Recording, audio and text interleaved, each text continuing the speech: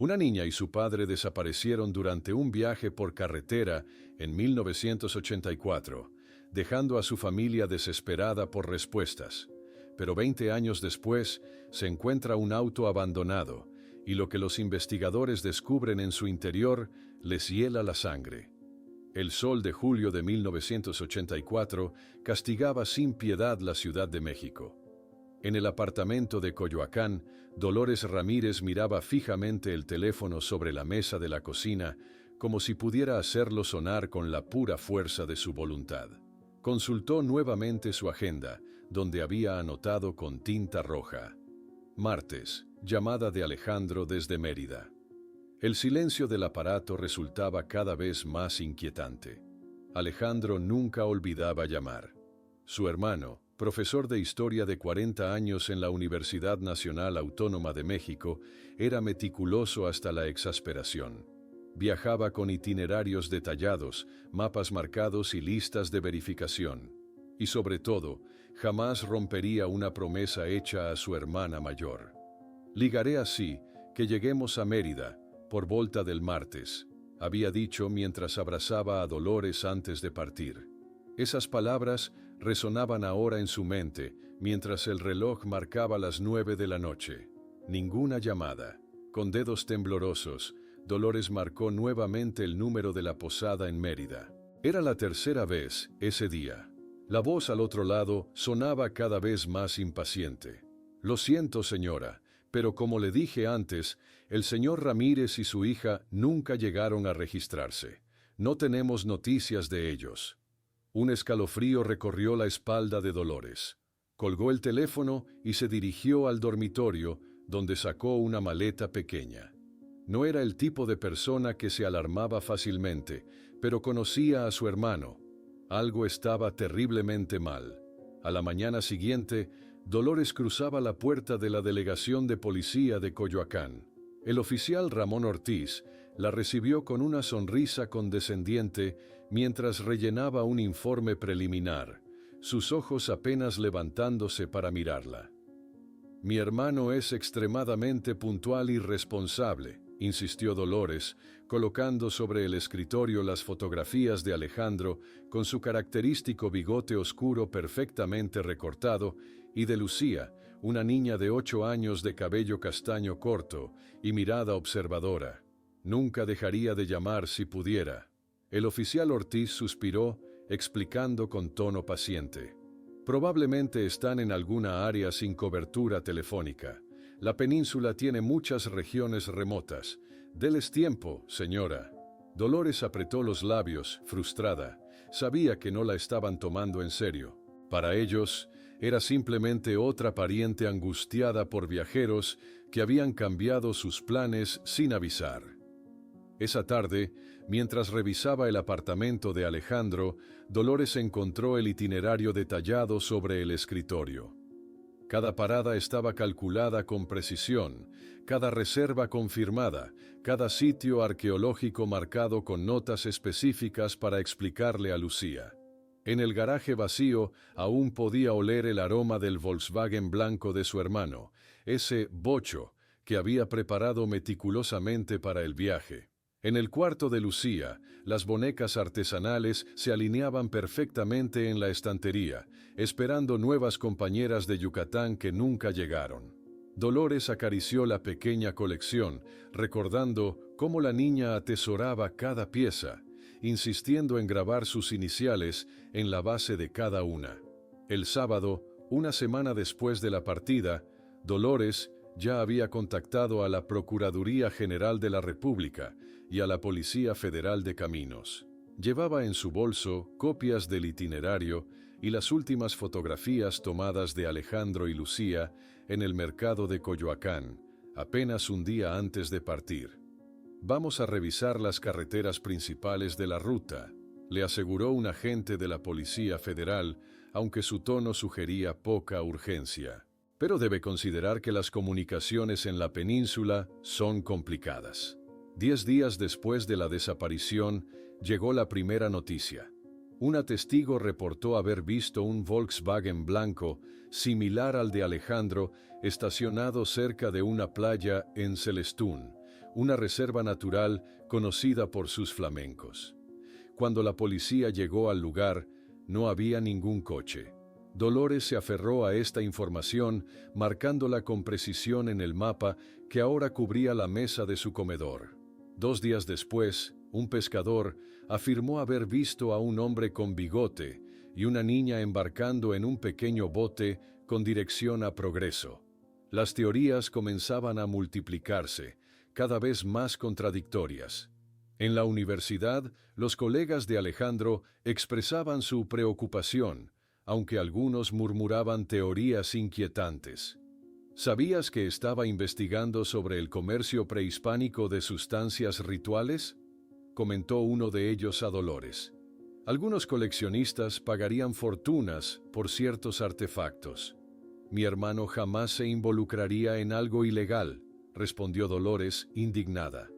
A finales de julio, la cobertura mediática se intensificó. Los periódicos de la Ciudad de México publicaban fotografías de Alejandro y Lucía, mientras los noticieros nocturnos mostraban repetidamente las imágenes de la gasolinera Pemex, la última confirmación visual de ambos. Profesor y su hija desaparecen misteriosamente en Yucatán, se convirtió en un titular recurrente. En casa, Dolores transformaba su apartamento en un centro de operaciones improvisado. Mapas de la península cubrían las paredes, marcados con alfileres de colores, indicando posibles ubicaciones y testimonios. La mesa del salón desaparecía bajo pilas de informes policiales, recortes de periódicos y listas de contactos. Una noche, mientras revisaba el último álbum familiar, Dolores encontró algo inquietante. En el reverso de una fotografía reciente había unas coordenadas y un nombre, Celestún, escritos con la letra meticulosa de Alejandro. Un escalofrío recorrió su espalda. ¿Sería un lugar adicional que planeaba visitar sin mencionarlo? ¿O algo más significativo? Con esta nueva información, Dolores regresó a la policía, pero fue recibida con escepticismo creciente. El investigador Manuel Vega, recién asignado al caso, la escuchó con expresión impasible. «Señora, estamos investigando todas las posibilidades», explicó con tono profesional. «Pero necesitamos considerar que su hermano puede haber tenido razones personales para desaparecer voluntariamente». Dolores sintió que la sangre le hervía. Mi hermano adoraba a su hija. Reorganizó toda su vida académica para criarla tras la muerte de Carmen. ¿Cómo se atreve a insinuar que abandonaría todo voluntariamente? Agosto terminó con una noticia devastadora. La investigación oficial sería reducida. Los recursos limitados de la policía necesitaban ser dirigidos a casos más recientes. A pesar de las protestas de Dolores, el caso de los Ramírez comenzaba a enfriarse. Aquella noche, sola en el apartamento de su hermano, Dolores contempló el calendario en la pared de la cocina. 45 días sin noticias. Julio había sido marcado con un círculo rojo y las palabras «Vacaciones, Yucatán», escritas en la caligrafía precisa de Alejandro.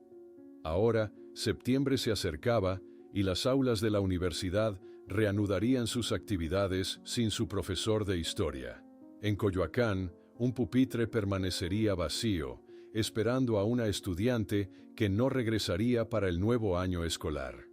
El teléfono sonó, rompiendo el silencio del apartamento. Dolores se abalanzó sobre él, con el corazón martilleando en su pecho. «¿Señora Ramírez?» La voz al otro lado era ronca, nerviosa. «Soy pescador en Yucatán. Vi en las noticias sobre su hermano y la niña. Los vi hace unas semanas embarcando en un bote sospechoso hacia el mar. El hombre tenía el mismo bigote de la foto, pero lo más perturbador era que parecía estar bajo coacción, con marcas visibles de violencia en el rostro». El corazón de Dolores latía con fuerza mientras sostenía el teléfono con manos temblorosas. Las palabras del pescador resonaban en su mente como un eco interminable.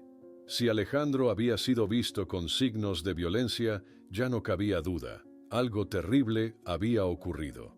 A la mañana siguiente, Dolores abordó el primer autobús hacia Campeche. Durante el largo viaje, permaneció despierta, aferrándose a una carpeta desgastada que contenía todos los carteles de desaparecidos y la información que había recopilado meticulosamente. Las profundas ojeras bajo sus ojos evidenciaban noches enteras sin dormir, pero su mirada mantenía una determinación inquebrantable. Cuando finalmente llegó a la delegación de policía de Campeche, el sol de mediodía caía implacable sobre la ciudad colonial. En el mostrador, un oficial hojeaba con desinterés el informe enviado desde Ciudad de México. «Tendrá que esperar, señora», murmuró sin levantar la vista. «El investigador Vega está ocupado con otros asuntos más urgentes». 3 horas después, Manuel Vega apareció en la sala de espera. Era un hombre de mediana edad, con una camisa arrugada y expresión cansada. Examinó las fotografías de Alejandro y Lucía con desinterés calculado mientras escuchaba el relato de Dolores sobre la llamada del pescador.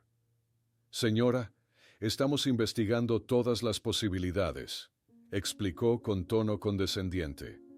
«Pero necesitamos considerar que su hermano puede haber tenido razones personales para desaparecer voluntariamente, quizás deudas, problemas en la universidad».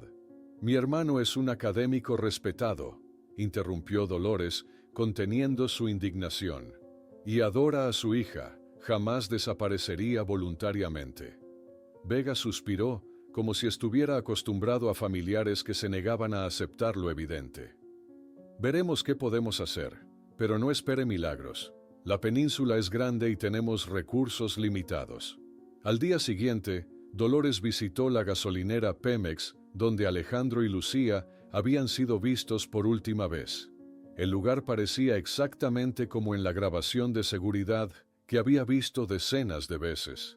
El mismo surtidor, la misma tienda pequeña, el mismo paisaje desolado alrededor. El dependiente, un joven nervioso, reconoció las fotografías inmediatamente. «Sí, los recuerdo. El profesor compró refrescos y algunos bocadillos. La niña dibujaba en el coche». «¿Notó algo inusual?», preguntó Dolores. «En su llamada a la policía mencionó que mi hermano habló con alguien en un coche oscuro». El joven palideció visiblemente. «No recuerdo haber dicho eso. Quizás me confundí». Dolores observó que el dependiente evitaba su mirada. Cuando salió de la tienda, notó algo que no había aparecido en los informes.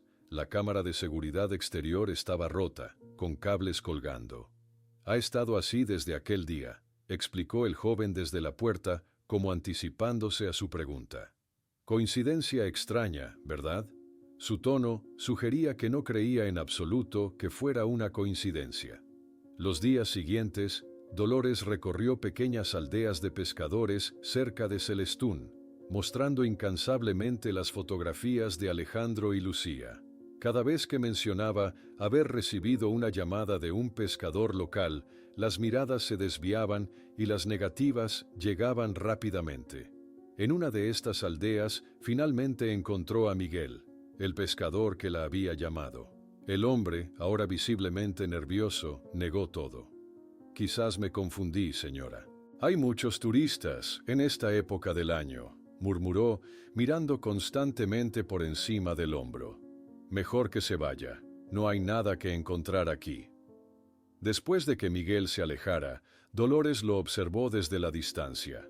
El pescador se reunió discretamente con un hombre de aspecto oficial en un automóvil negro. La conversación parecía tensa, con el desconocido haciendo gestos amenazadores.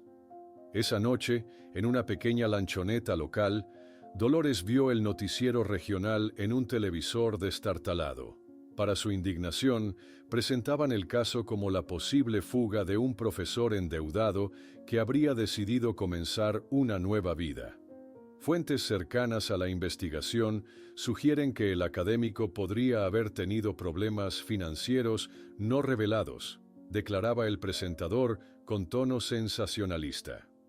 Al día siguiente, Dolores visitó la posada en Mérida, donde Alejandro y Lucía deberían haberse hospedado. La recepcionista le permitió examinar el libro de registros, confirmando que nunca llegaron. Mientras salía, llamó desde una cabina telefónica a la universidad. ¿Dices que alguien estuvo en el despacho de Alejandro?, preguntó Dolores, alarmada. Sí, respondió la secretaria del departamento. Un hombre que dijo ser colega suyo. Explicó que estaba organizando materiales para las clases mientras el profesor Ramírez estaba ausente. Al atardecer, Dolores caminó por la playa de Celestún, siguiendo las coordenadas encontradas en el reverso de la fotografía. El lugar resultó ser una zona remota de manglar, aparentemente insignificante. ¿Por qué Alejandro habría anotado las coordenadas de este sitio específico? De regreso en Campeche, confrontó a Vega con sus descubrimientos. Las coordenadas misteriosas, el comportamiento sospechoso de los testigos, la cámara destruida, el extraño visitante en la oficina de Alejandro. Las conspiraciones existen solo en su mente, señora, respondió el investigador, entregándole una taza de café frío. Su hermano probablemente decidió tomar un desvío no planificado. Quizás conoció a alguien, quizás decidió extender sus vacaciones. Cuando Dolores regresó a la modesta pensión donde se hospedaba, notó inmediatamente que algo estaba mal. La puerta estaba entreabierta. Al entrar, encontró sus pertenencias registradas meticulosamente, los carteles de desaparecidos esparcidos por el suelo como una advertencia silenciosa.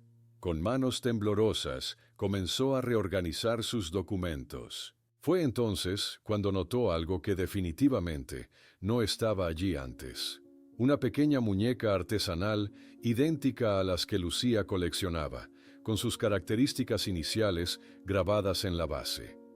Atada al cuello de la muñeca había una nota manuscrita. Regrese a casa y olvide, o usted también desaparecerá. La amenaza en la muñeca había transformado la preocupación de Dolores en una certeza escalofriante. Ya no podía dudar de que su hermano y su sobrina se habían convertido en víctimas de algo mucho más siniestro que un simple desvío en sus vacaciones. Con la muñeca artesanal guardada cuidadosamente en su bolso como evidencia, abordó el primer autobús de regreso a Ciudad de México. Durante el largo viaje, contempló el paisaje a través de la ventanilla sin realmente verlo. La amenaza anónima confirmaba sus sospechas. Alguien no quería que siguiera investigando, y eso, paradójicamente, le daba fuerzas para continuar. Al llegar a su apartamento en Coyoacán, Dolores no perdió tiempo. Despejó la mesa del comedor y comenzó a transformar su sala en un verdadero centro de investigación. Los mapas de la península de Yucatán cubrieron las paredes, con alfileres de colores marcando cada avistamiento reportado, cada contradicción, cada pista. Recortes de periódicos, informes policiales y fotografías se organizaron meticulosamente en carpetas etiquetadas. Esta sería su misión, con o sin la ayuda oficial. 3 días después, Eduardo, el hermano menor de Alejandro, visitó el apartamento. Su expresión de asombro al ver la transformación del espacio pronto se convirtió en preocupación. «Esto no es saludable, Dolores», comentó, examinando la pared de fotografías y recortes. «Han pasado casi 2 meses. Quizás sea hora de aceptar que pueden no volver». «Y tú ya los enterraste tan rápido», respondió ella, sin ocultar su indignación. «Mientras no haya cuerpos, están desaparecidos, no muertos. Alguien me amenazó para que dejara de buscar, Eduardo. ¿Entiendes lo que eso significa?»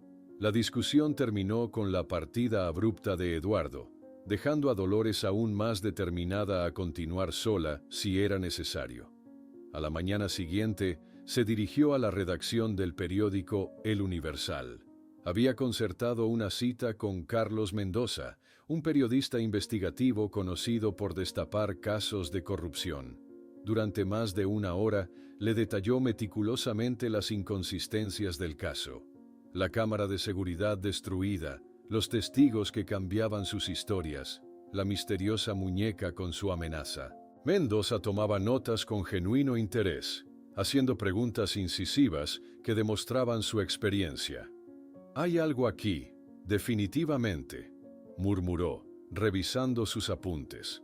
«Podríamos publicar un reportaje especial, presionar a las autoridades para...».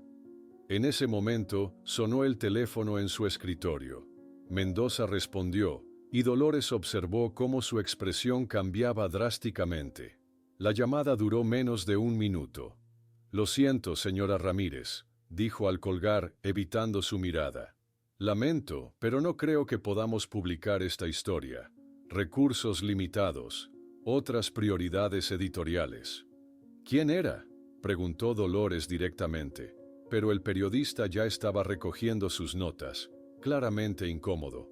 «Debería irse ahora, le deseo suerte». En los días siguientes, Dolores comenzó a notar un patrón inquietante mientras investigaba otros casos de desaparecidos en la región de Yucatán. Marcando cada incidente en su mapa, descubrió que varios habían ocurrido en áreas cercanas a Celestún y Progreso, especialmente durante los años 80. ¿Coincidencia o conexión? Una tarde particularmente difícil, visitó la escuela primaria de Lucía. La maestra la recibió con abrazos y lágrimas, entregándole un fajo de dibujos que la niña había dejado. Hablaba constantemente sobre las pirámides que iba a visitar, comentó la profesora, señalando un dibujo colorido. Era tan curiosa, tan observadora para su edad. Dolores acarició el pequeño pupitre vacío, imaginando a Lucía sentada allí, con su mirada atenta y sus preguntas incansables.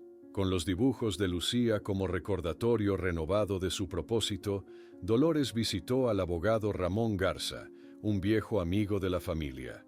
El hombre examinó sus anotaciones con interés genuino.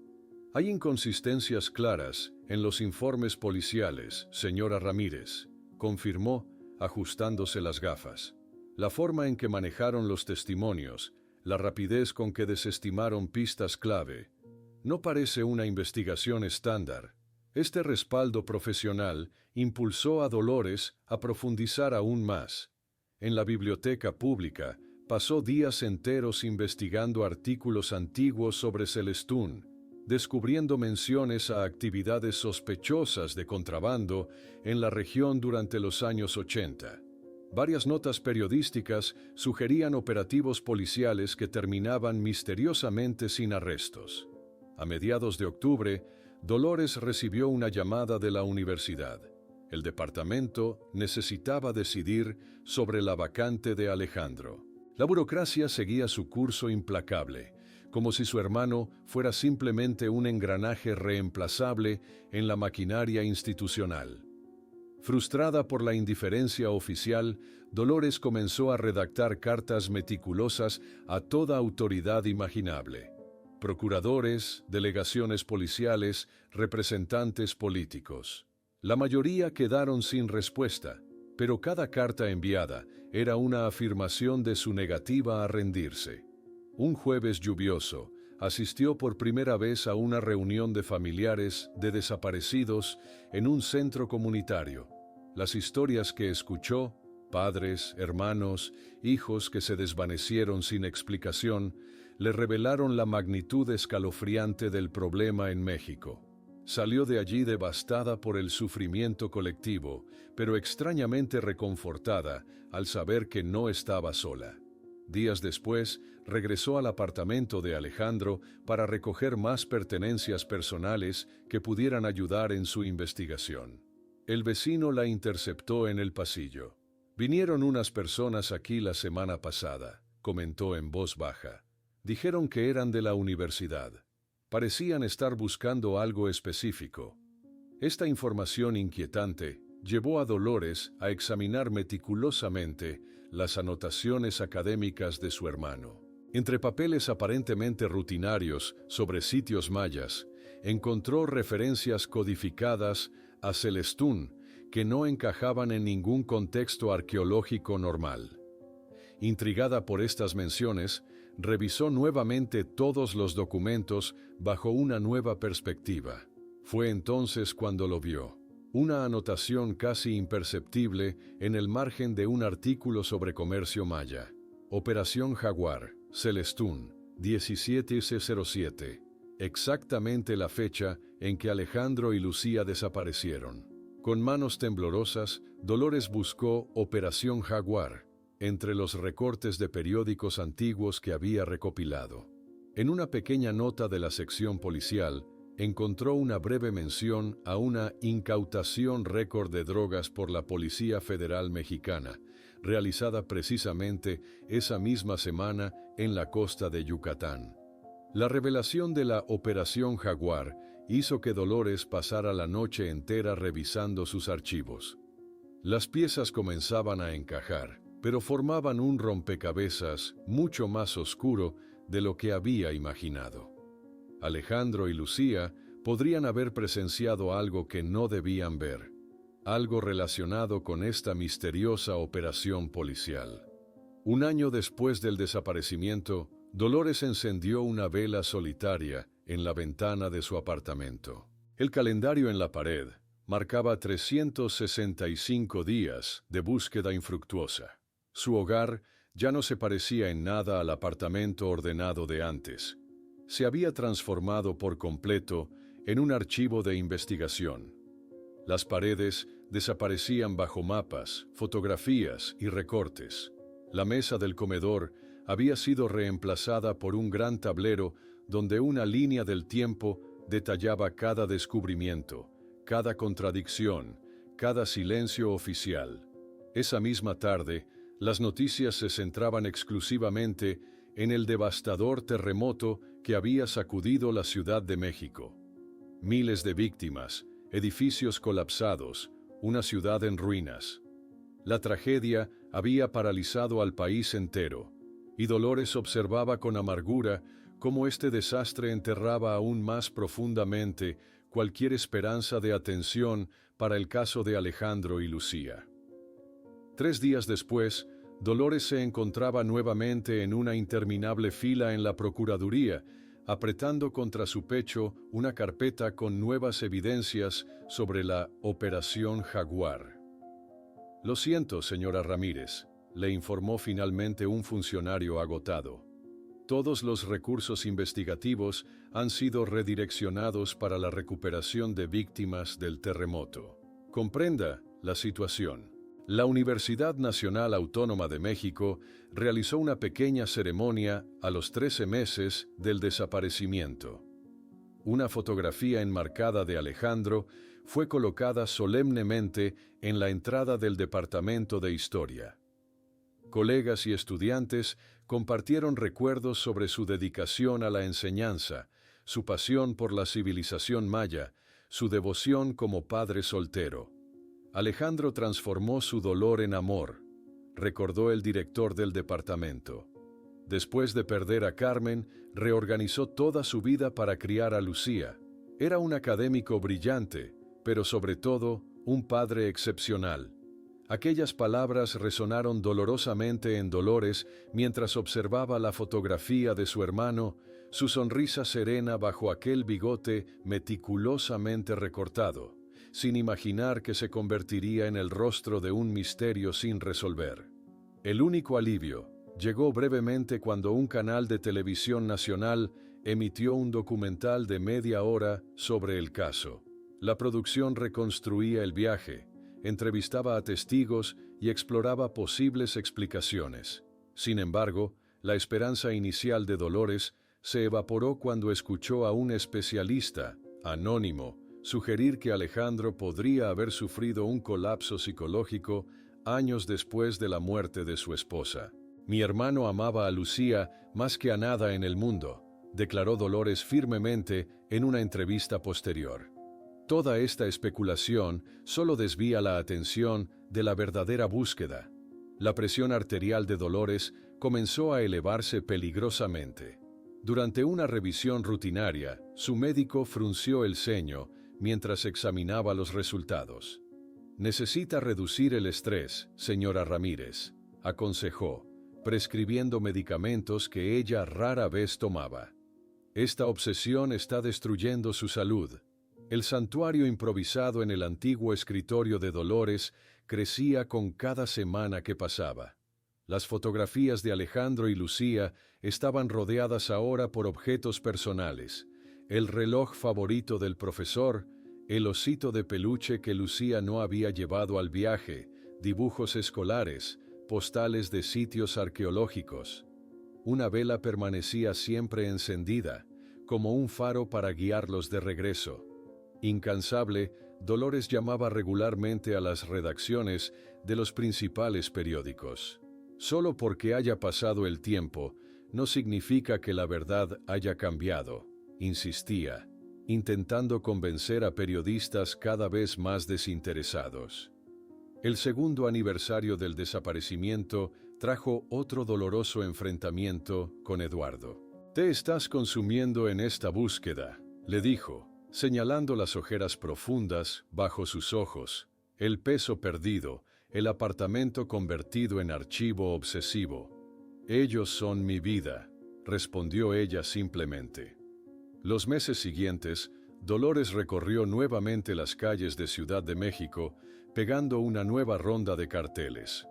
Estos incluían ahora una versión modificada de la fotografía de Lucía, proyectando cómo luciría 2 años mayor.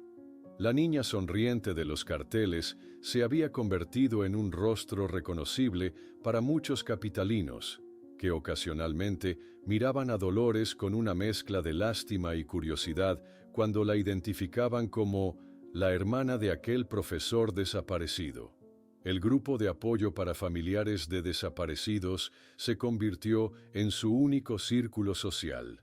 Allí compartía técnicas de investigación, contactos en instituciones, métodos para navegar la burocracia, y aunque el dolor compartido era abrumador, encontraba cierto consuelo en aquellas reuniones semanales. Una tarde, revisando por enésima vez sus anotaciones sobre la Operación Jaguar, Dolores descubrió algo perturbador.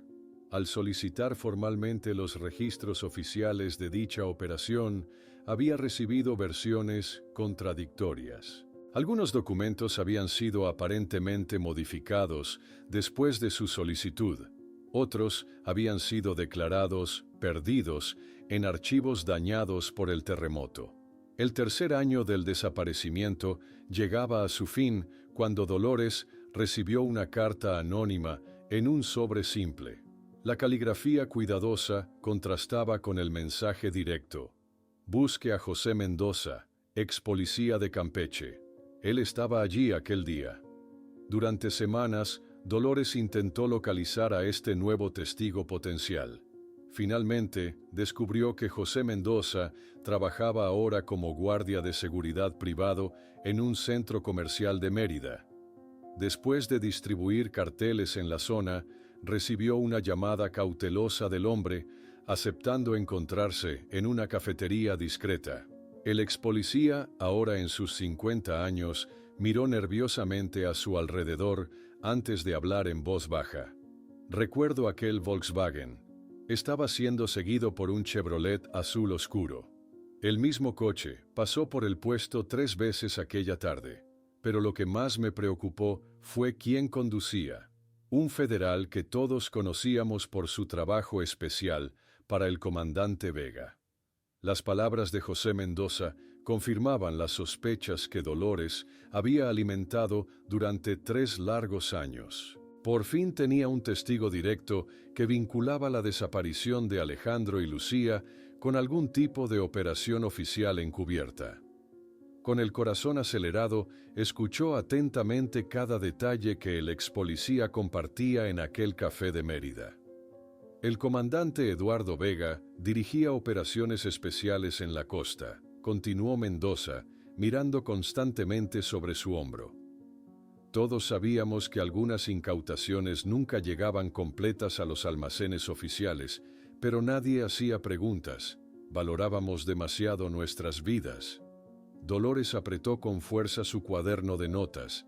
«Necesito que declare esto oficialmente. Con su testimonio podríamos reabrir el caso». Mendoza palideció visiblemente ante la sugerencia. No sé si puedo hacer eso, señora. Tengo familia, comprenda. Tras una hora de persuasión, el ex policía finalmente accedió a acompañarla a la delegación de Mérida al día siguiente. Mientras caminaban hacia la salida, Dolores notó que la mano de Mendoza temblaba al pagar la cuenta.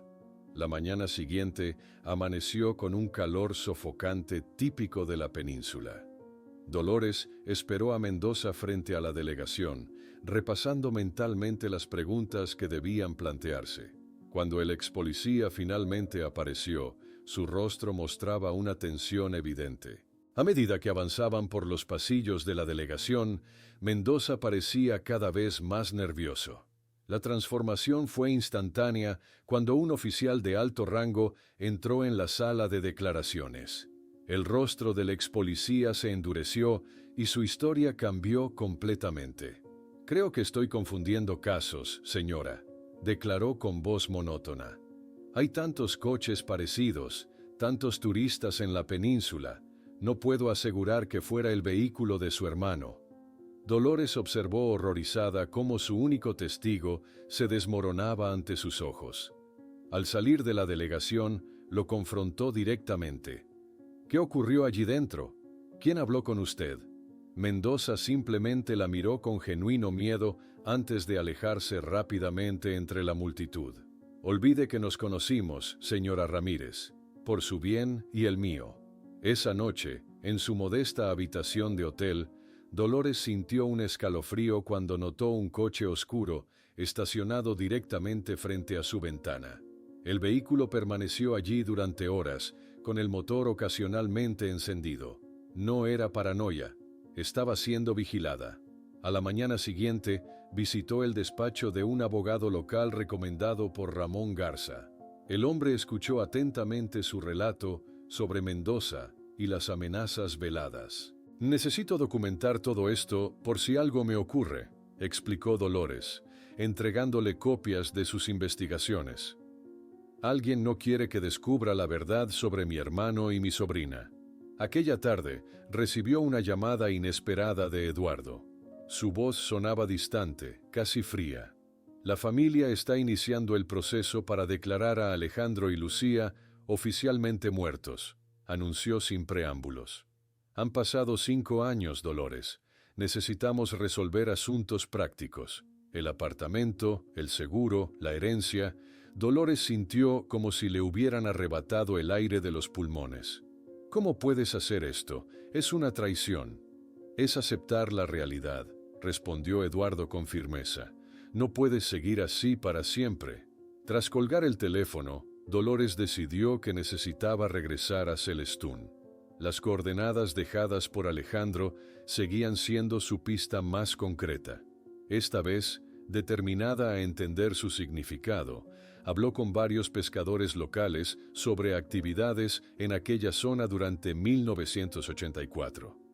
La mayoría evitaba responder directamente, pero un anciano pescador, lejos de oídos oficiales, finalmente habló con franqueza. Aquella área de manglar era usada para desembarques nocturnos, susurró, señalando hacia el horizonte. Todos lo sabíamos, pero nadie hablaba. Los federales venían regularmente, supuestamente para vigilar, pero en realidad supervisaban las entregas.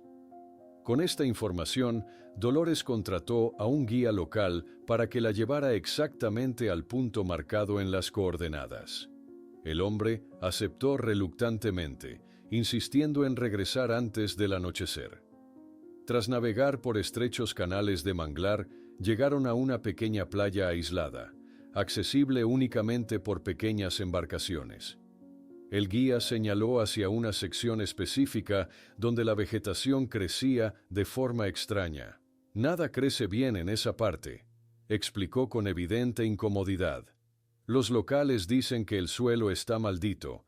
Nadie viene aquí después del anochecer». Dolores observó el área con detenimiento, preguntándose qué habría visto Alejandro en este lugar aparentemente insignificante. ¿Qué secreto guardaba este tramo de costa que justificara el silenciamiento de un profesor y su pequeña hija? Al regresar al hotel, Dolores encontró la puerta de su habitación ligeramente entreabierta.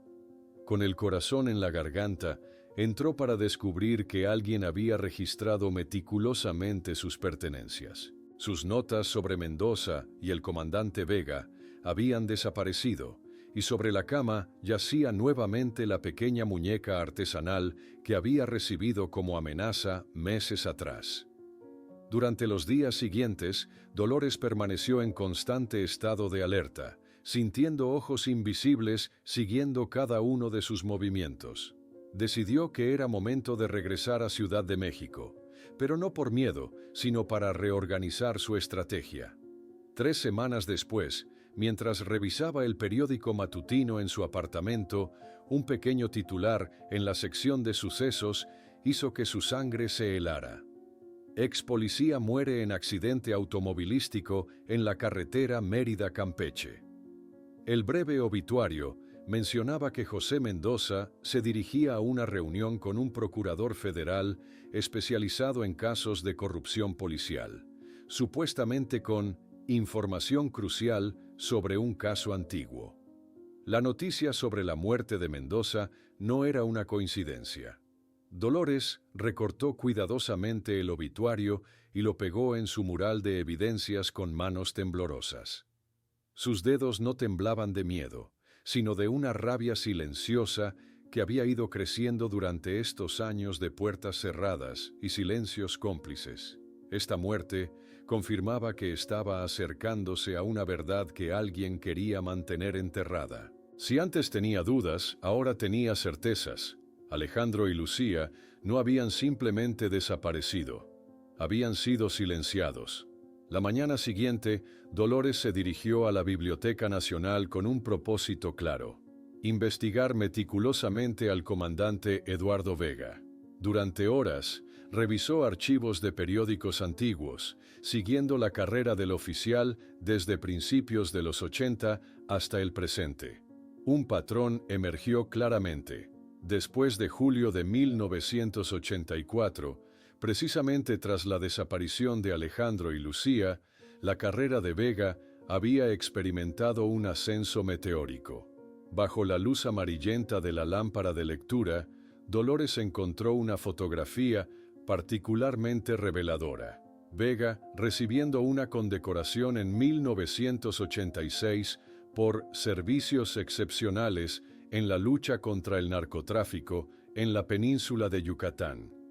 Su rostro satisfecho contrastaba con el sentimiento de náusea que invadió a Dolores al contemplar la imagen. De regreso en su apartamento, creó un nuevo mural centrado exclusivamente en Vega y sus asociados. Con hilo rojo, conectó fotografías, fechas y lugares, estableciendo una cronología que vinculaba al comandante con la región de Celestún precisamente durante el período del desaparecimiento. Sus investigaciones la llevaron a otro nombre: Guillermo Ordóñez, un político regional que aparecía frecuentemente junto a Vega en ceremonias oficiales durante aquella época. Actualmente ocupaba un alto cargo en el gobierno federal como asesor de seguridad. En una fotografía amarillenta de 1984, apenas semanas antes de la desaparición, ambos hombres sonreían durante una inauguración en Yucatán.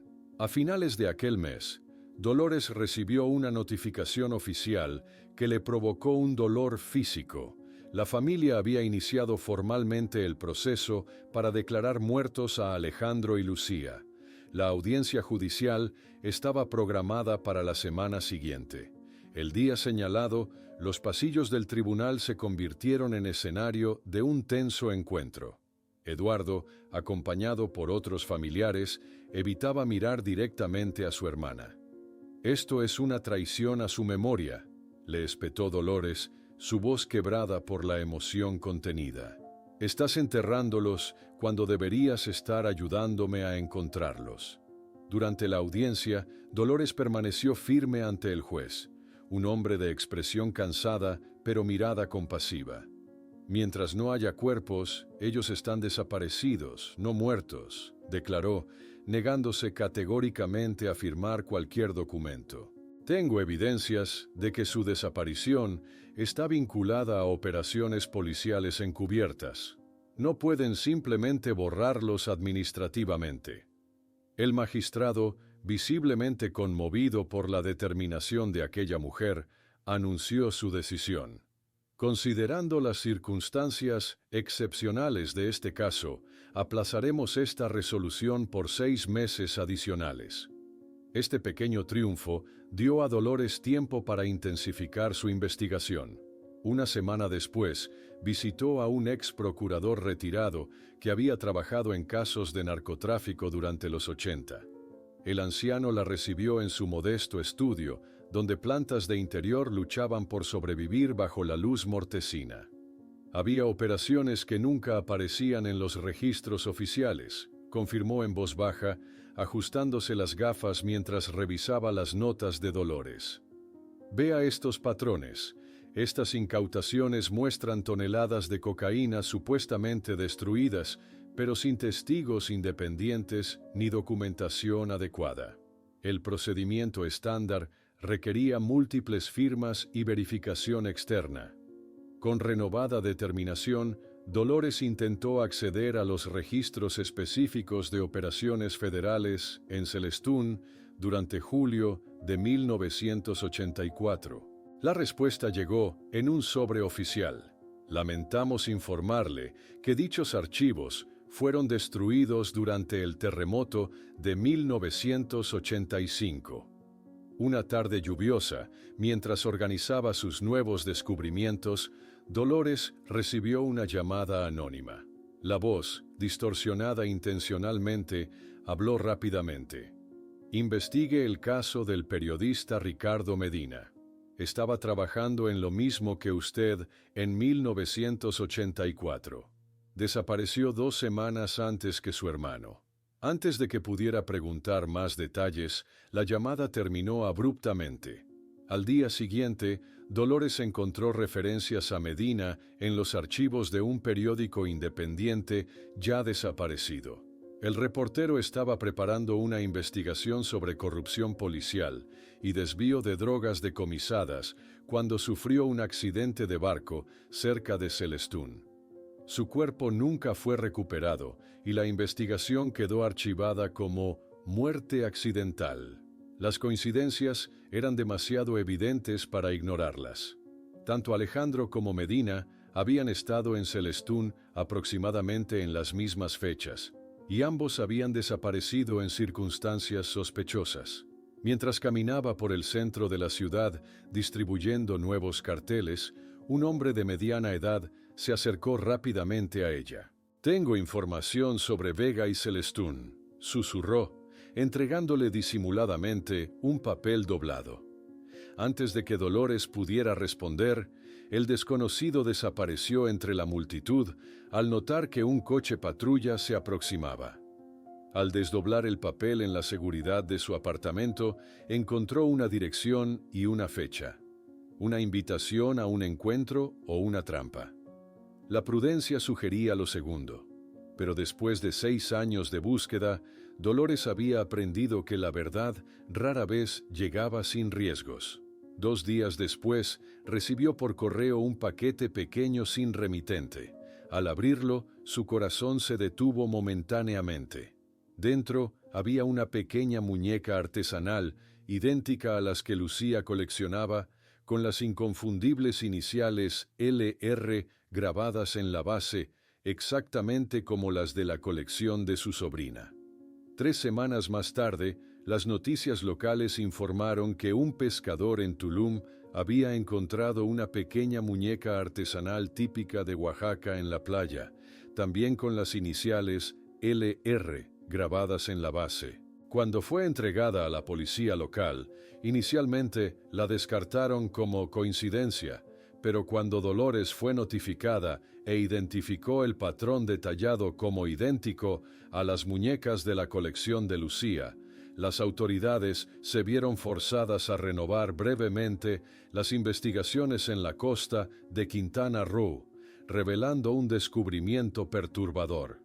En 1984, la región era una ruta secundaria conocida para el tráfico de drogas, con testimonios sobre policías federales supervisando operaciones nocturnas. El descubrimiento de la muñeca en Tulum fue como un relámpago en la oscuridad que había envuelto el caso durante años. Para Dolores, representaba mucho más que una simple coincidencia. Era una confirmación tangible de que Lucía había estado en aquella zona, contradiciendo todas las teorías oficiales sobre una posible fuga a Estados Unidos. La policía local, presionada por la evidencia física y la cobertura mediática que el hallazgo había generado, organizó una breve investigación en la costa de Quintana Roo. Dolores, negándose a confiar únicamente en los esfuerzos oficiales, viajó inmediatamente a la región. Durante 2 semanas extenuantes, Dolores recorrió cada centímetro de playa entre Tulum y Playa del Carmen, mostrando incansablemente las fotografías de Alejandro y Lucía a pescadores, vendedores ambulantes y residentes locales. Sus noches transcurrían en posadas económicas, donde caía exhausta, pero determinada a continuar al amanecer siguiente. «Estoy segura de que pasaron por aquí», insistía Dolores a un grupo de pescadores ancianos que reparaban sus redes bajo la sombra de una palapa. «La muñeca que encontraron pertenecía a mi sobrina. Tiene sus iniciales grabadas exactamente como ella lo hacía». Uno de los pescadores, un hombre de piel curtida por décadas bajo el sol caribeño, esperó a que sus compañeros se alejaran antes de hablar. «En aquellos años, señora, esta costa no era como ahora», murmuró, mirando hacia el horizonte azul. «No había tantos hoteles ni turistas. Era perfecta para otras actividades». Sus palabras confirmaron lo que Dolores había comenzado a sospechar. La región había sido una ruta de contrabando activa durante la década de 80. Al tercer día de investigación, Dolores logró localizar a un ex guardia costero jubilado que había trabajado en la zona durante aquel periodo. El hombre aceptó encontrarse con ella en un pequeño restaurante alejado del centro turístico, donde nadie pudiera reconocerlo. «No todo lo que veíamos lo reportábamos», admitió, revolviendo nerviosamente su café. Había personas importantes involucradas. Un profesor y una niña podrían fácilmente haber visto algo que no debían. Con voz quebrada, el ex guardia dibujó un mapa rudimentario en una servilleta, mostrando los puntos habituales de desembarco y las rutas utilizadas para transportar la mercancía hacia el interior. «Los federales no perseguían a los traficantes», explicó. «Los protegían, supervisaban las entregas, aseguraban las rutas, eliminaban obstáculos». Dolores sintió un escalofrío recorrer su columna vertebral al escuchar aquella última palabra. ¿Habían sido su hermano y su sobrina considerados obstáculos? Durante los días siguientes, cada nuevo testimonio reforzaba esta terrible teoría. Varios residentes antiguos recordaban actividades nocturnas sospechosas, barcos sin luces, vehículos oficiales haciendo rondas en horarios inusuales, zonas de playa repentinamente acordonadas sin explicación.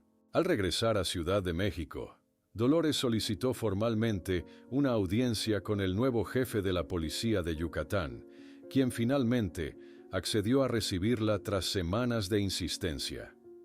«Comprendo su dolor, señora Ramírez», le dijo con tono burocrático mientras hojeaba desinteresadamente el expediente. «Pero necesitamos resolver casos antiguos. Los recursos son limitados». Sin levantar la mirada de los documentos, añadió: «Hemos reclasificado oficialmente el caso como extraviado sin resolver. La teoría más probable sigue siendo que su hermano decidió comenzar una nueva vida en Estados Unidos con la niña». Dolores observó con indignación cómo el funcionario estampaba el sello oficial sobre la carpeta, extraviado sin resolver, con una nota adicional sugiriendo la fuga voluntaria hacia el norte. Para aquel entonces, Dolores ya había cumplido 60 años. Su salud, deteriorada por 13 años de búsqueda incesante, comenzaba a preocupar incluso a quienes habían criticado su obsesión. Durante una consulta médica rutinaria, el doctor frunció el ceño al ver sus resultados. Hipertensión severa, señora Ramírez, y estos signos de agotamiento crónico son alarmantes, sentenció, extendiendo una receta. Necesita descansar. Dolores asintió mecánicamente mientras continuaba haciendo anotaciones sobre su próxima línea de investigación, ignorando por completo las recomendaciones médicas. Su apartamento se había convertido en un laberinto de documentos y evidencias acumuladas durante 13 años. Cada nueva información era meticulosamente catalogada. Cada conexión potencial analizada hasta el agotamiento. Su ritual diario incluía llamadas a delegaciones, procuradores y periodistas, muchos de los cuales ya reconocían su voz y suspiraban al contestar. En octubre de aquel año, Dolores recibió una notificación que le provocó un dolor físico. El apartamento de Alejandro, que había mantenido intacto durante años como un santuario congelado en el tiempo, debía ser desocupado por decisión judicial tras el archivo oficial del caso. Con lágrimas silenciosas, Dolores empaquetó cuidadosamente los tesoros de la vida interrumpida de su hermano y su sobrina. Cada libro, cada juguete, cada prenda de ropa era tratada con reverencia. Las pequeñas muñecas artesanales de Lucía fueron las últimas en ser guardadas, cada una envuelta individualmente en papel de seda. La esperanza llegó de forma inesperada durante la ceremonia de jubilación de un policía que brevemente había trabajado en el caso. Aprovechando la ocasión, Dolores se acercó a él con su pregunta habitual. ¿Había algo en los archivos que nunca fue investigado adecuadamente? El hombre, liberado ya del peso de la institución, la miró largamente antes de responder en voz baja. Hubo una orden expresa para cerrar el caso. Vino directamente del gabinete del secretario de Seguridad Pública, Guillermo Ordóñez. La noche del 31 de diciembre de 1999, mientras el mundo celebraba la llegada de un nuevo milenio, Dolores permaneció sola en su apartamento. Con ceremonia solemne, encendió 2 velas especiales en la ventana, una para Alejandro, otra para Lucía. Mientras haya alguien buscando, ustedes no están perdidos, murmuró a las fotografías descoloridas que mantenía en su mesita de noche. En 2003, cuando nuevos métodos investigativos comenzaron a implementarse en México, Dolores intentó una vez más reabrir el caso con la recién creada Agencia de Investigación Criminal.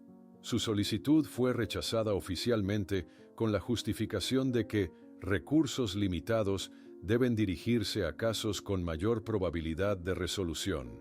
Sin embargo, un joven investigador llamado Luis Ochoa quedó intrigado por la meticulosidad de sus anotaciones y le prometió echar un vistazo extraoficial al expediente, sin imaginar que apenas 3 meses después, una tormenta tropical inusual estaría a punto de exponer secretos enterrados durante 2 décadas en las playas de Celestún. La tormenta tropical Herminia no era común para enero. Los meteorólogos la habían clasificado como un fenómeno anómalo, producto quizás del cambiante clima global que comenzaba a mostrar sus efectos más impredecibles en aquel 2004.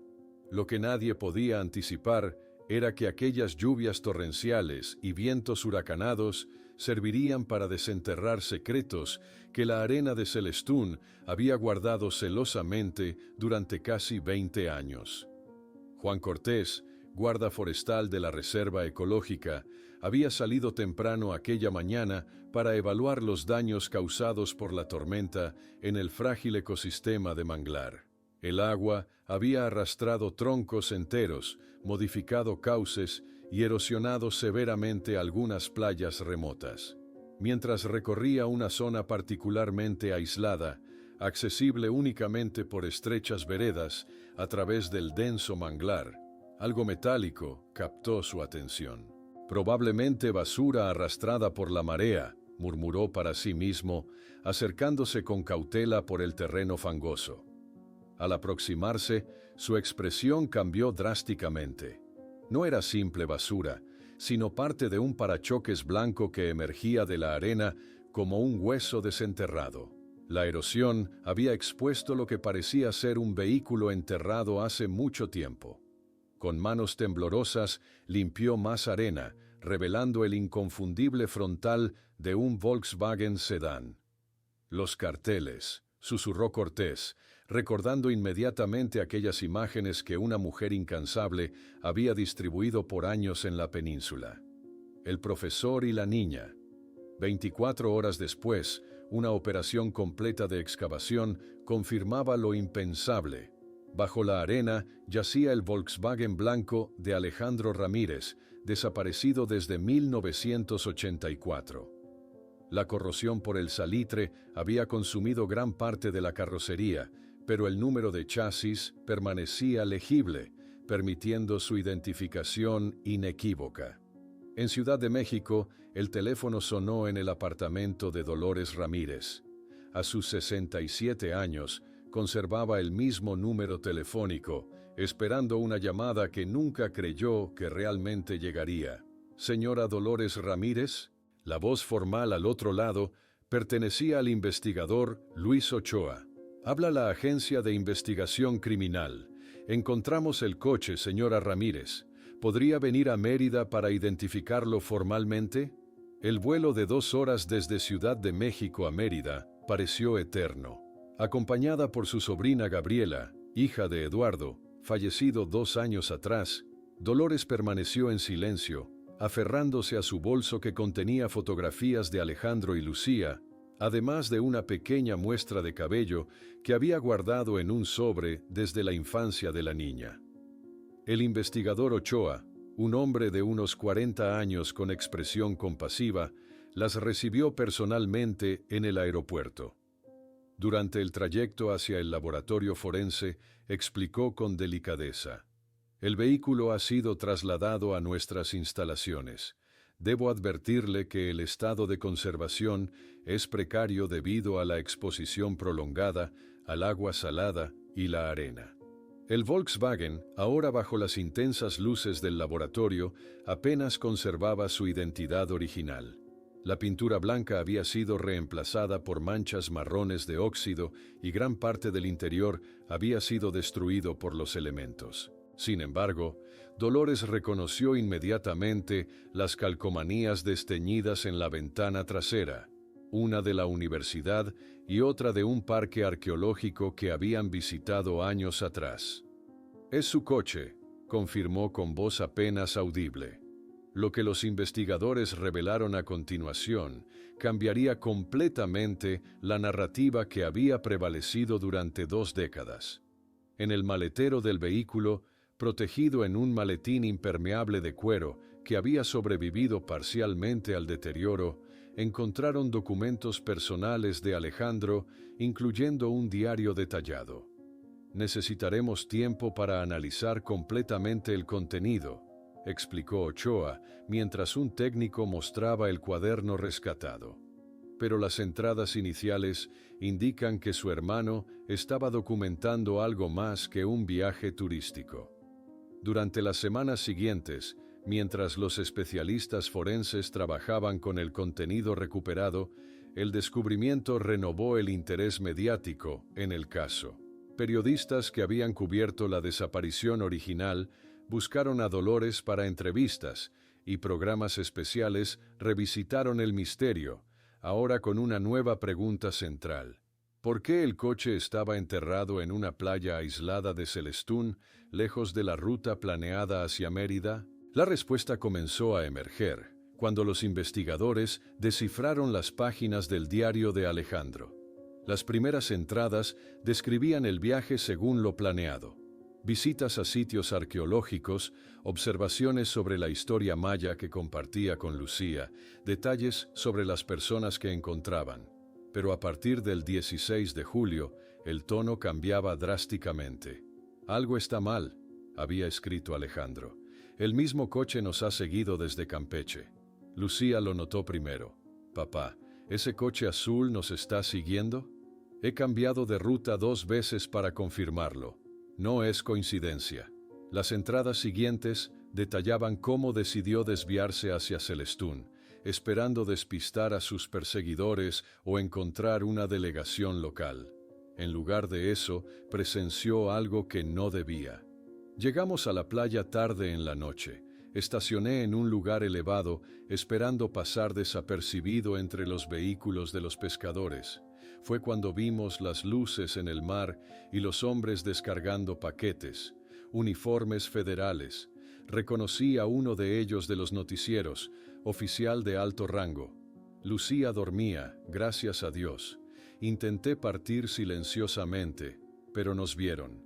Las últimas entradas, escritas con letra temblorosa, que los peritos atribuyeron a extremo estrés o movimiento, detallaban una huida desesperada a través de la reserva ecológica tras percibir que estaban siendo perseguidos. Abandonamos el coche. Estoy cargando a Lucía por el manglar.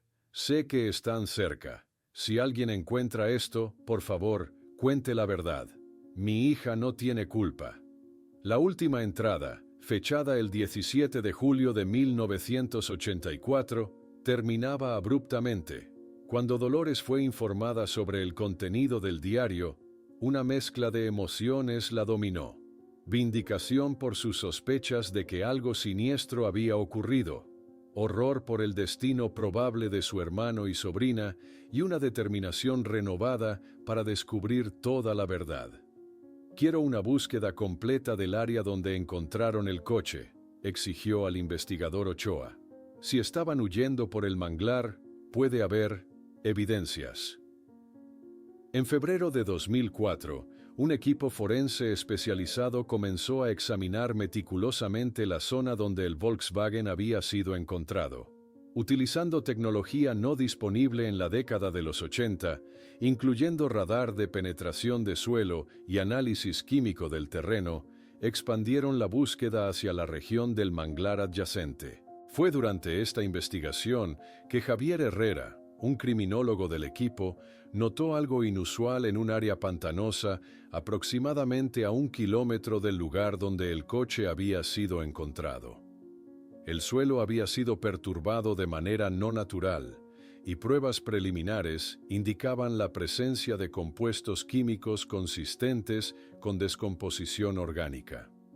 La excavación cuidadosa reveló restos de tejido, fragmentos óseos y, crucialmente, una pequeña muñeca artesanal parcialmente preservada en las condiciones anaeróbicas del pantano. La excavación cuidadosa en el manglar reveló lo que Dolores había temido durante 2 décadas. Los restos encontrados, fragmentos óseos y jirones de tela deteriorada, fueron cuidadosamente recolectados y enviados al laboratorio. La pequeña muñeca artesanal, preservada parcialmente en el lodo anaeróbico, era una evidencia imposible de ignorar. El análisis de ADN, comparado con las muestras proporcionadas por Dolores, confirmó la devastadora verdad. Los restos pertenecían a Alejandro y Lucía Ramírez. 20 años de búsqueda terminaban en el peor escenario posible. Los patrones de fractura en los huesos y la presencia de fragmentos metálicos indican heridas consistentes con disparos de arma de fuego, explicó el forense con tono profesional, mientras Dolores escuchaba con una compostura que sorprendió incluso a Ochoa. El detalle más escalofriante vino después, cuando el técnico balístico señaló los proyectiles parcialmente recuperados. Este calibre era utilizado exclusivamente por las fuerzas federales mexicanas en aquella época. Lo que por décadas había sido tratado como un misterioso desaparecimiento o posible fuga voluntaria, se transformaba ahora en evidencia de un probable homicidio con implicación directa de agentes estatales. La reacción institucional no se hizo esperar. El Ministerio del Interior emitió un comunicado reconociendo la trágica revelación, pero enfatizando que acciones aisladas de individuos corruptos en la década de los 80 no reflejan las instituciones actuales. Un portavoz de la Policía Federal sugirió que los registros de aquel período eran incompletos y que identificar a los responsables después de tanto tiempo sería extremadamente desafiante. Para Dolores, estas respuestas eran absolutamente insuficientes. Frente al laboratorio forense, improvisó una conferencia de prensa que atrajo a decenas de periodistas. «No quiero solamente saber qué ocurrió», declaró con voz firme a pesar de su edad. «Quiero saber quién hizo esto y quiero justicia». El caso comenzó a ganar atención nacional e internacional. Organizaciones de derechos humanos que llevaban años documentando desapariciones en México vieron en el caso Ramírez un ejemplo emblemático del involucramiento estatal en crímenes irresueltos. Periodistas investigativos empezaron a indagar sobre qué oficiales federales estaban asignados a operaciones antinarcóticos en Yucatán en 1984. Fue en este contexto que una figura inesperada contactó al investigador Ochoa, Carlos Mendoza, exoficial federal ahora retirado y en tratamiento por cáncer terminal. «Estuve allí», confesó Mendoza en su testimonio grabado desde el hospital. «No participé directamente, pero fui testigo. Era una operación de desvío de drogas decomisadas. Revendíamos lo que supuestamente destruíamos. El profesor y la niña estaban en el lugar equivocado, en el momento equivocado». Mendoza proporcionó nombres, fechas y detalles operativos que correspondían perfectamente con las anotaciones en el diario de Alejandro. Más devastador aún, describió cómo el comandante Eduardo Vega ordenó personalmente la eliminación de testigos y supervisó el ocultamiento de los cuerpos en el manglar. «La niña no paraba de llorar», recordó Mendoza, su voz quebrándose. «Ese sonido me ha perseguido durante 20 años». El testimonio de Mendoza, combinado con las evidencias forenses y el diario de Alejandro, formaba un cuadro completo y devastador. Después de 2 décadas de especulación, la verdad sobre el destino de Alejandro y Lucía Ramírez finalmente emergía, una verdad mucho más oscura de lo que cualquiera había imaginado. En una cruel ironía del destino, Eduardo Vega, el hombre identificado como directamente responsable de las muertes, había fallecido apenas 3 meses antes del descubrimiento del Volkswagen, llevándose consigo la posibilidad de justicia criminal directa. A finales de marzo de 2004, Dolores recibió oficialmente los restos mortales de su hermano y sobrina para darles un funeral adecuado, un cierre parcial para su búsqueda de 20 años. Mientras se preparaba para este momento que tanto temía como necesitaba, una periodista le preguntó cómo se sentía al finalmente conocer la verdad. «La verdad siempre estuvo ahí», respondió Dolores con una calma que sorprendió incluso a ella misma. «Enterrada en la arena, como ellos, solo esperando que alguien se preocupara lo suficiente para seguir buscando». Mayo trajo consigo un avance significativo cuando el primero de los exoficiales indiciados, Antonio Gómez, aceptó un acuerdo con la Fiscalía a cambio de su testimonio completo. Su confesión detallada confirmó la narrativa que las evidencias habían construido. Alejandro y Lucía fueron secuestrados tras ser descubiertos fotografiando la operación ilegal, mantenidos brevemente en un almacén abandonado, donde Alejandro fue interrogado y torturado, y finalmente ejecutados bajo órdenes directas de Vega. La niña fue eliminada porque Vega dijo que no podíamos dejar testigos, sin importar la edad, confesó Gómez, su voz monótona resonando en la sala de audiencias. Nadie cuestionó la orden. Esta confesión desencadenó protestas públicas exigiendo justicia no solo para los Ramírez, sino para todos los desaparecidos cuyos casos permanecían sin resolver. En Ciudad de México, una vigilia permanente se estableció en la plaza principal, con fotografías de miles de personas desaparecidas a lo largo de los años. En agosto de 2004, Enfrentando presión creciente y evidencias irrefutables, Guillermo Ordóñez intentó huir del país, solo para ser detenido en el Aeropuerto Internacional de Ciudad de México. Su arresto, transmitido en vivo por la televisión nacional, representó un momento simbólico en el caso. Finalmente, incluso aquellos en posiciones de poder enfrentarían consecuencias. El juicio formal comenzó en septiembre, atrayendo atención internacional. Dolores, ahora vista como un símbolo de persistencia y coraje, asistía diariamente, sentándose silenciosamente en la primera fila. A sus 68 años, su salud fragilizada por los años de lucha, se negaba a perder cualquier momento del proceso que había esperado por tanto tiempo. En octubre, el tribunal dictó sus primeras sentencias. 3 de los exoficiales recibieron penas entre 25 y 40 años. Gómez, debido a su cooperación, recibió 15 años. El caso contra Ordóñez continuaba, con sus abogados empleando cada recurso legal posible para retrasar el proceso. Durante la excavación en el sitio donde se encontraron los restos, los investigadores hicieron un descubrimiento adicional que cambiaría completamente el curso del caso. Un pequeño dispositivo impermeable que Alejandro utilizaba para proteger películas fotográficas durante sus expediciones arqueológicas. Dentro, milagrosamente preservado, había un rollo de película sin revelar que mostraba claramente a Eduardo Vega y Guillermo Ordóñez supervisando la operación ilegal.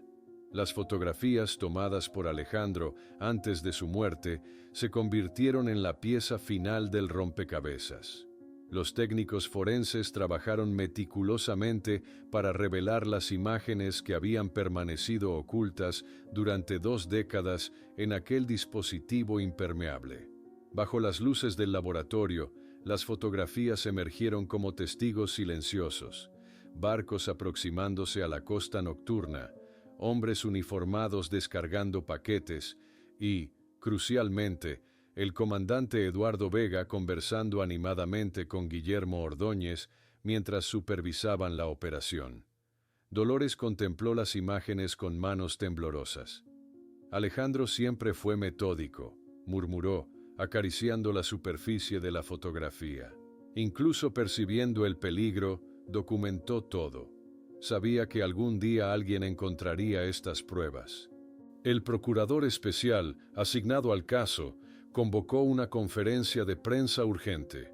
Ante decenas de cámaras y micrófonos, mostró copias ampliadas de las fotografías más incriminatorias. Estas imágenes proporcionan evidencia irrefutable del involucramiento oficial en operaciones de narcotráfico, conectando directamente estas actividades al desaparecimiento y asesinato de los Ramírez, declaró con firmeza. La reacción de Ordóñez no se hizo esperar. En un comunicado transmitido desde su celda preventiva, el exfuncionario calificó las acusaciones como fabricaciones absurdas basadas en fotografías no confiables después de 2 décadas en el pantano.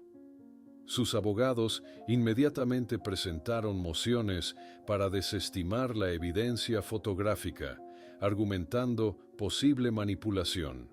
A pesar de sus esfuerzos, los análisis forenses confirmaron la autenticidad de las imágenes. Más devastador aún, el equipo forense reveló detalles perturbadores sobre los últimos momentos de las víctimas. Lucía había muerto por un único disparo en la cabeza, mientras Alejandro mostraba signos evidentes de tortura previa a su ejecución. Estos hallazgos sacudieron profundamente a Dolores.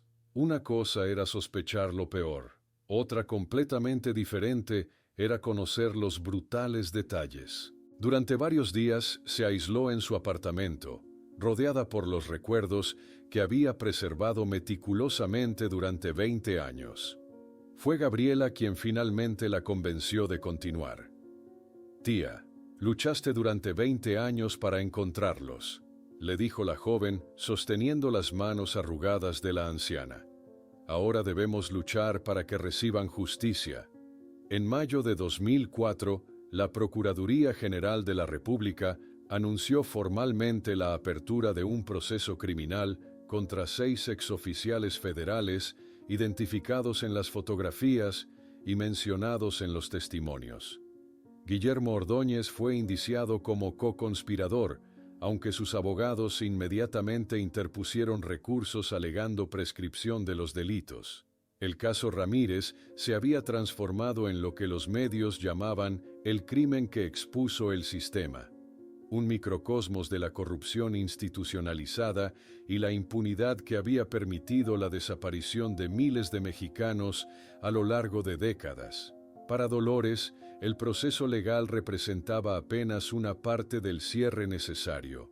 Con una decisión profundamente personal, organizó un funeral formal para Alejandro y Lucía 20 años después de su desaparición. La ceremonia, realizada en la Universidad Nacional Autónoma de México, donde Alejandro había enseñado, atrajo a cientos de personas, antiguos colegas, estudiantes que lo recordaban, familias de otros desaparecidos y periodistas que habían seguido el caso durante años.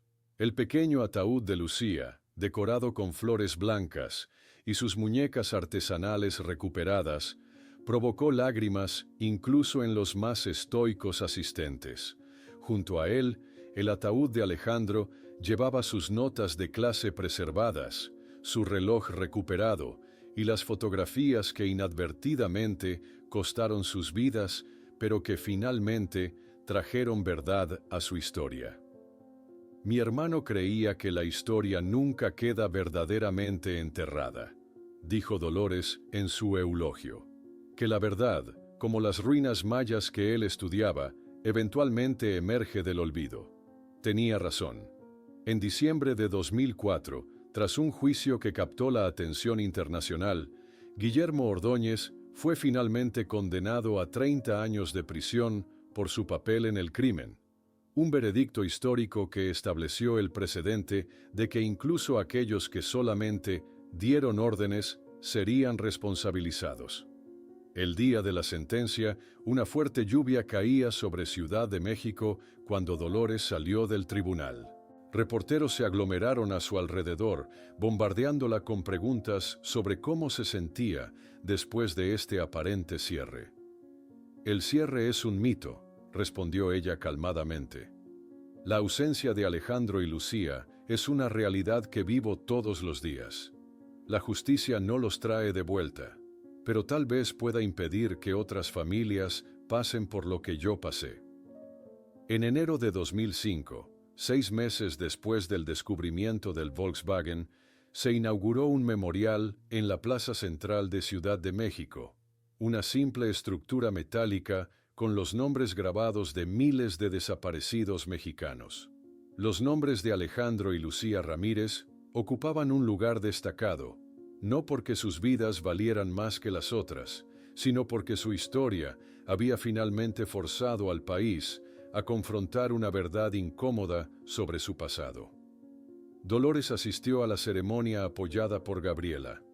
La anciana, visiblemente debilitada por los intensos meses de testimonios y audiencias, llevaba consigo 2 pequeños objetos, el reloj detenido de Alejandro y una de las muñecas artesanales de Lucía. Cuando llegó su turno de hablar, Dolores sorprendió a todos con palabras no de amargura, sino de determinación. Por 20 años, cargué la ausencia de mi hermano y mi sobrina como un peso imposible. Ahora llevo su memoria como una responsabilidad. Hay miles de otros nombres en este memorial, miles de otras familias aún esperando respuestas. Nuestra lucha no termina con Alejandro y Lucía. Continúa para cada nombre grabado aquí, para cada familia aún esperando.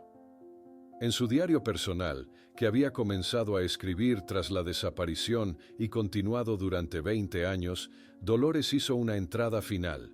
Hoy soñé con Lucía adulta, con el mismo cabello castaño corto, sonriendo como cuando tenía 8 años. En el sueño, me preguntó si todavía la buscaba. Respondí que no. Ahora busco a todos los otros que aún no han sido encontrados. Es así como mantengo vivos a ustedes y a Alejandro. continuando la búsqueda por todos los nombres sin respuestas, por todas las historias aún enterradas en la arena.